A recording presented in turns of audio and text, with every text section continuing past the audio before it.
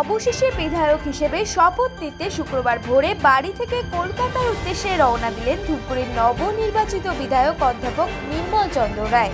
এদিন ধূপগুড়ি শহর সংলগ্ন পূর্ব মাগুরমারির নিজের বাসভবন থেকেই পরিবারের সদস্যদের নিয়ে বাগডোগরা বিমানবন্দরের উদ্দেশ্যে রওনা হন তিনি। সেখান থেকেই সকাল 10:15 বিমান ধরে কলকাতায় যাবেন বিধায়ক। আগামীকাল শনিবার বিকেলে নবনির্বাচিত ধূপগুড়ির এই বিধায়কের শপথ গ্রহণ অনুষ্ঠান হওয়ার কথা। উল্লেখ্য, ধূপগুড়ির বিধানসভা উপনির্বাচনে নির্মল চন্দ্র রায় জয়ী হওয়ার পর 20 দিন পেরিয়ে গেল রাজ্য এবং রাজ্যপালের সংঘাতে শপথ গ্রহণ অনুষ্ঠান হয়নি।